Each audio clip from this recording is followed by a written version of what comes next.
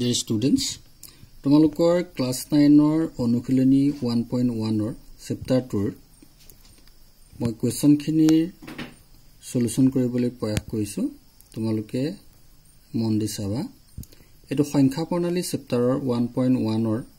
question number 1 ত আছে সোৱা শূন্যটো পৰিমেয় সংখ্যা হয়নে ইয়াক p by q ৰ আহিত ইয়াক p q অখণ্ড সংখ্যা আৰু q not equal 0 প্ৰকাশ কৰিব পাৰিনে ইয়াত সোৱা তোমালোকে যে শূন্যটো পৰিমেয় সংখ্যা হয় না নহয় বুলি কোৱাৰ আগত আমি কেইটামান কথা ওপৰত ধ্যান দিব লাগিব তোমালোকৰ আগৰ ভিডিও সমূহত মই এই সম্পৰ্কে অলপ বুজাই থোৱা আছে এটা সোৱা শূন্যটো পৰিমেয় সংখ্যা হয় না নহয় বুলি কলে আমি কেনেকৈ চাম সোৱা পৰিমেয় সংখ্যা বুলি কলে আমি কি বুজো অৰ্থাৎ পৰিমেয় সংখ্যা বিলাকক কি কৰা হয় p by q ৰ হিত প্ৰকাশ কৰিব পাৰাখিনিকে আমি পৰিমেয় সংখ্যা বুলি কওঁ আৰু কিন্তু q not equal to 0 অৰ্থাৎ q ৰ ভ্যালু টু 0 হ'ব নোৱাৰিব এটা কথা সোৱা 0 টুৰ তলত অৰ্থাৎ হৰ যদি আমি 1 এটা লিখো তেতিয়া ইয়াক সোৱা ইয়া 1 টু কি কৰিব পাৰি 1 টু যেহেতু 1 লিখিছো আমি যেহেতু ইয়াৰ মান 0 নহয় q not equal to 0 গতিকে আমি কি কৰিব পাৰো এই 0 টু পৰিমেয় সংখ্যা হয় গতিকে আমি 0 টু কি বুলি ক'ব পাৰিলো যে ই এটা পৰিমেয় সংখ্যা আৰু ইয়াক কি কৰিব পাৰিছো p by q ৰ হিত প্ৰকাশ কৰিব পাৰি যেহেতু আমাৰ q not equal to 0 হ'ব লাগে গতিকে আমি আনসাৰটো কি লিখিম যে শূন্যটো পৰিমেয় সংখ্যা হয় আৰু ইয়াক কি কৰিব পাৰি p by q ৰ হিত প্ৰকাশ কৰিব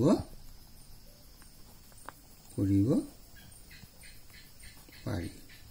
ঠিক আছে কোৱেশ্চন নম্বৰ 2 ত আছিল সোৱা 3 আৰু 4 ৰ মাজত থকা 6টা পৰিমেয় সংখ্যা উলিওৱা এতিয়া সোৱা 3 আৰু 4 ৰ মাজত যদি আমি পৰিমেয় সংখ্যা উলিয়াও আমি সাধাৰণতে চালে দেখা পাবা যে 3 আৰু 4 ৰ মাজত কি হয় সংখ্যা দেখা পোৱা নাই আমি গতিকে 3 আৰু 4 ৰ মাজত পৰিমেয় সংখ্যা উলিয়াবলৈ হলে তোমালোকে এনে ধৰণে লিখি লোৱা আৰু হৰটো 1 এটা দি লোৱা এতিয়া সোৱা তোমালোকে এ 3 ৰ তলত মই হৰ 1 বহুৱাৰ কাৰণে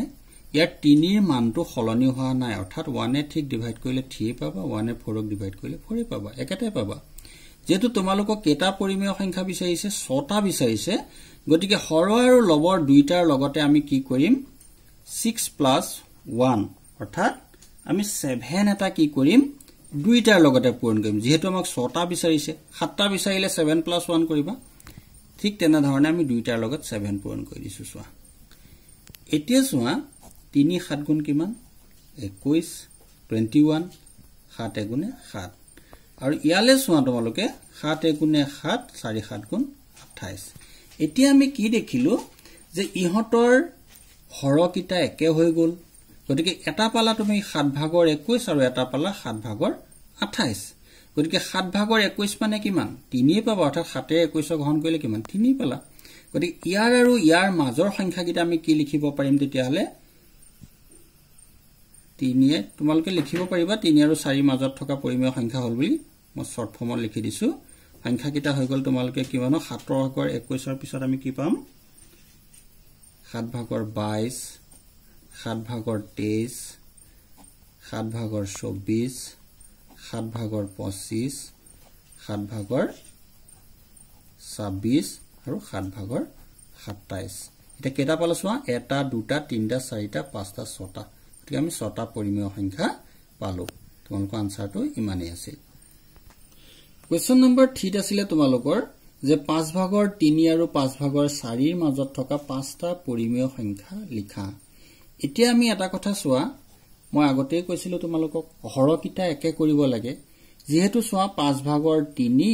আৰু 5 ভাগৰ 4 ইয়াত হৰকিটা একে হৈ আছে গতিকে আমাৰ খুব সহজ হৈ আছে কিন্তু 5 ভাগৰ 3 আৰু 5 ভাগৰ 4 মাজত যেহেতু আমি সংখ্যা নাপাম গতিকে তোমালোকক 5টা লাগে মই আগতেও কৈছো 5টা বিচাৰিলে আমি কি কৰিম 5 plus 1 equal to 6 অৰ্থাৎ 6 এৰে দুইটাৰ লগত পূৰণ কৰি দিম এতিয়া সোৱা 6 ইয়াৰ লগত পূৰণ কৰিলো আৰু ইয়াৰ লগতো 6 পূৰণ কৰিলো ঠিক সেইদৰে ইয়াৰ লগতো 6 কৰা আৰু ইয়াৰ লগতো 6 কৰা এতিয়া কি পালা সোৱা এফালে পালা 3 6 গুণ 18 এফালে পালা 30 ইয়াতো ঠিক সেই একেদৰে 5 6 গুণ 30 পালা আৰু 4 6 গুণ 24 পালা এতিয়া কি হল চোৱা ইয়াৰ হৰকেইটা একেই থাকিলে কিন্তু ইয়াৰ লবকেইটাৰ মাজত আমি কিছুমান ডিফাৰেন্স দেখিলো গতিকে তুমি সংখ্যাকেইটা পৰিমেয় সংখ্যাকেইটা 5 ভাগৰ 3 আৰু 5 ভাগৰ 4 মাজত কি পালা চোৱা 30 ভাগৰ 18 ৰ পিছত কি পাবা 30 ভাগৰ 19 30 ভাগৰ 20 30 ভাগৰ 21 30 ভাগৰ 22 30 ভাগৰ 23 এটা কথা মনত ৰাখিবা এই পৰিমেয় সংখ্যাবিলাক উলিয়াওতে প্ৰত্যেকৰ বাবে হয়তো বেলেগ বেলেগ হ'ব পাৰে তোমালোকে যদি 6 6 নিদি ইয়াত 10 দিব পাৰা তেতিয়া তোমালোকে মাজত বেছিকে পাবা পৰিমেয় সংখ্যা যেহেতু আমাক ইয়াত 5টা বিচাৰিছে মই সেই কাৰণে 6 ৰে ইয়াৰ লগত পূৰণ কৰি পেলাই তোমালোকৰ পৰিমেয় সংখ্যাকিটা নিৰ্ণয় কৰিছো ঠিক আছে আৰু তোমালোকৰ পিছৰ কোৱেশ্চনটোলে মই এবাৰ গৈছো তাৰ আগত তোমালোকক এটা কথা কওঁ তোমালোকে মোৰ চেনেলটো সাবস্ক্ৰাইব কৰি লবা যেহেতু ইয়াৰ পিছৰ কোৱেশ্চনখিনি অৰ্থাৎ লেসনখিনি মই একাধিক ক্ৰমে তোমালোকলৈ আগবঢ়াবলৈ প্ৰয়াস কৰিম ঠিক আছে কোৱেশ্চন নম্বৰ 4 আছিল সোৱা তলৰ উক্তিসমূহ সঁচানে মিছা লিখা এক নম্বৰতে দিয়া আছে যে প্ৰতিটো স্বাভাৱিক সংখ্যাই পূৰ্ণ সংখ্যা আমি ক'ব লাগে প্ৰতিটো স্বাভাৱিক সংখ্যা পূৰ্ণ সংখ্যা হয় নে নহয় এই কথাটো ক'বলৈ যাওঁতে তোমালোকে তো জানিব লাগিব স্বাভাৱিক সংখ্যা কোনবিলাক পূৰ্ণ সংখ্যা কোনবিলাক আমি প্ৰত্যেকৰে হয়তো খুবই জানোই যে স্বাভাৱিক সংখ্যা বুলি ক'লে 1 ৰ পৰা ষ্টাৰ্ট হ'ব ঠিক এনেকৈ গৈ থাকিব n তমলৈকে আৰু পূৰ্ণ সংখ্যাবিলাক 0 1 2 এনে ধৰণে ষ্টাৰ্ট হয় গতিকে সোৱা প্ৰতিটো স্বাভাৱিক সংখ্যাই পূৰ্ণ সংখ্যা বুলি কোৱাৰ লগে লগে আমি কি ক'ব পাৰিম যে প্ৰতিটো স্বাভাৱিক সংখ্যাই পূৰ্ণ সংখ্যা থাকিব গতিকে এটো হয় কিন্তু প্ৰতিটো পূৰ্ণ সংখ্যাই স্বাভাৱিক সংখ্যা নহয় যেহেতু কি হয় এই 0 টো আমি স্বাভাৱিক সংখ্যাত নাথাকে সেইকাৰণে আমি কি বুলি কম যে প্ৰতিটো স্বাভাৱিক সংখ্যাই পূৰ্ণ সংখ্যা হয় ঠিক আছে 2 নম্বৰ আছে সোৱা যে প্ৰতিটো অখণ্ড সংখ্যাই এটা পূৰ্ণ সংখ্যা এটা অখণ্ড সংখ্যা কোনবিলাক জানিব লাগিব তোমালোকে অখণ্ড সংখ্যা কোনবিলাক যেবিলাক সংখ্যা ৰেখাত প্ৰকাশ কৰিব পাৰি নহয় জানো যেবিলাক আমি জানা ধৰণে কি হয় 0 -1 -2 -3 আৰু এফালে +1 +2 +3 এইবিলাক আমি কি বুলি কওঁ অখণ্ড সংখ্যা বুলি কওঁ আৰু পূৰ্ণ সংখ্যা কোনবিলাক 0 ৰ পৰা এফালৰ খিনিক কলো গতিকে প্ৰতিটো অখণ্ড সংখ্যাই পূৰ্ণ সংখ্যা হ'ব জানো নহয় যেহেতু ইয়াত -1 -2 -3 এই যিখিনি ঋণাত্মক সংখ্যাখিনি আছিল গতিকে এটো কি হ'ব তোমালোকৰ যে নহয় ঠিক আছে ইয়াত 3 নম্বৰত আছিল সোৱা যে প্ৰতিটো পৰিমেয় সংখ্যাই এটা পূৰ্ণ সংখ্যা এটো তো নহয় কিয় নহয় সোৱা